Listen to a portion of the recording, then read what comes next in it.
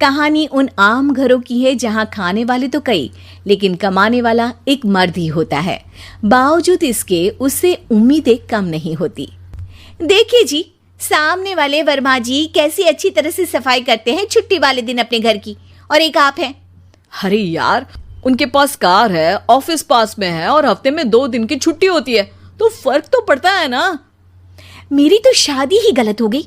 अरे कोई मस्त लड़का मिलता, कमाता भी, घुमाता भी, घर के कामों में भी मदद करता, लेकिन नहीं जी, हमारे वाले को तो कमाने से फुर्सत ही नहीं, और कमाई भी ऐसी कि कोई जरूरत पूरी ही नहीं हो रही है। सुनील बेचारा शीना को देखकर सोचता है कि शीना सही कह रही है।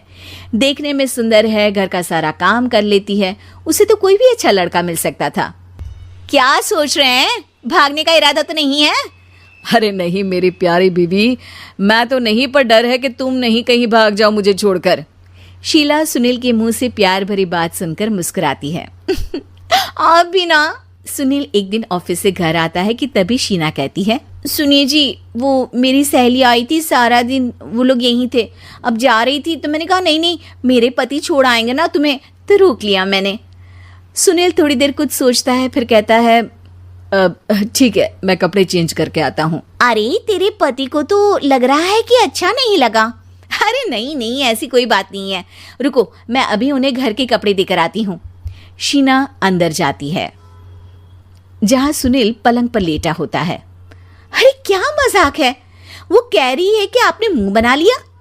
सही तो कह रही है, सुबह से अब ऑफिस से लौटा हूँ, एक कप चाय का तो पूछा नहीं, 20 किलोमीटर जाओ और आओ, और फिर कल उसी टाइम पर ऑफिस। अरे यार, मुझे गाड़ी चलानी आती ना तो बोलती भी नहीं आपको, और कौन सा रिक्शा खींच कर जाना है आपको।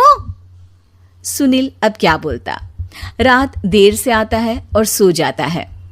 अगले दिन शरीर दर्द हो रहा है। अरे तो मत जाओ ना ऑफिस, चलते हैं ना मार्केट घूमने, फिर पिक्चर देखेंगे और रात में खाना खाकर घर वापस।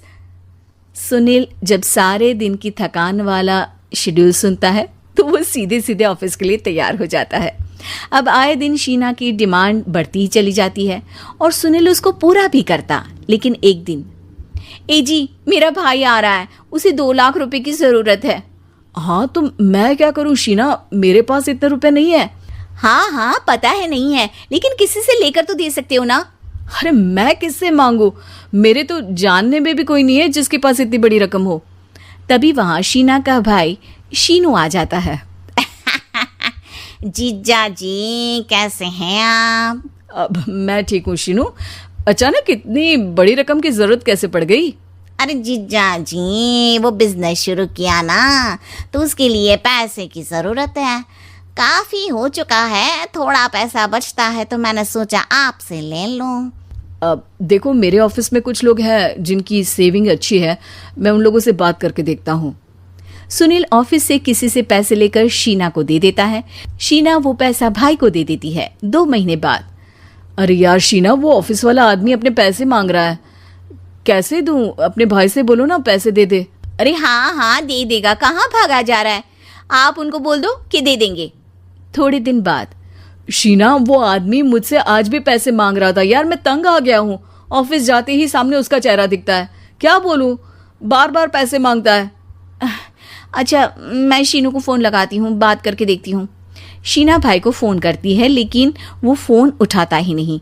लगता है भाई कहीं ऐसी जगह है जहाँ नेटवर्क की समस्या होगी। सुनील अगले दिन दोपहर को ही घर आ जाता है। उसका चेहरा उतरा और परेशान सा होता है, वो रोने लगता है। अरे क्या हुआ जी, आप इतना परेशान क्यों हैं? सब ठीक तो है ना? अरे नहीं शीना, कुछ ठीक नहीं है, मैं ठीक नहीं हूँ। तुम्हारे भाई के लिए मैंने जो पैसे लिए थे, उस आदमी ने आज भरे ऑफिस में सबके सामने मेरी बेइज्जती कर दी। सबके सामने आज मैं कर्जदार बनकर खड़ा था। मैंने हर वो प्रयास किया घर चलाने के लिए जो मैं कर सकता था, लेकिन अब नहीं होगा। वो फिर रोने लगता है। अरे आप तो औरतों की तरह रो रहे हैं, मर्द हैं आप। क्यों, आदमी के सीने में दिल नहीं होता, या फिर वो इंसान नहीं मशीन होता है? अरे मैं थक चुका हूँ शीना, तुम समझती क्यों नहीं? मैं भी शारीरिक और मानसिक रूप से थकता हूँ, मैं भी आराम करना चाहता हूँ, सुकून चाहता हूँ। मैं अब कुछ नहीं कर सकता। कुछ नहीं। वो बैठ जाता है। शीना पति को हैरान परेशान देखकर चुप हो जाती है। अगले दिन, सुनिए, ये लीजिए 2 लाख रुपये, उस आदमी को दे दीजिए और बोल दीजिए कि आज के बाद किसी को पैसे के लिए बेइज्जत ना करे। सुनील पैसे देखकर राहत की सांस लेता है। अरे शीना, तुमने तो मेरा बहुत बड़ा काम कर दिया। अब मैं शान से ऑफिस जा सकता हूँ, लेकिन ये पैसे आए कहाँ से? ये पैसे मैंने अपने गहनों को गिरवी रख कर लिया है। तुम ठीक रहो, निश्चिंत रहो, मैं बस यही चाहती हूँ। मुझे माफ़ करना, पर अब मैं समझ चुकी हूँ कि मर्द को भी दर्द होता है।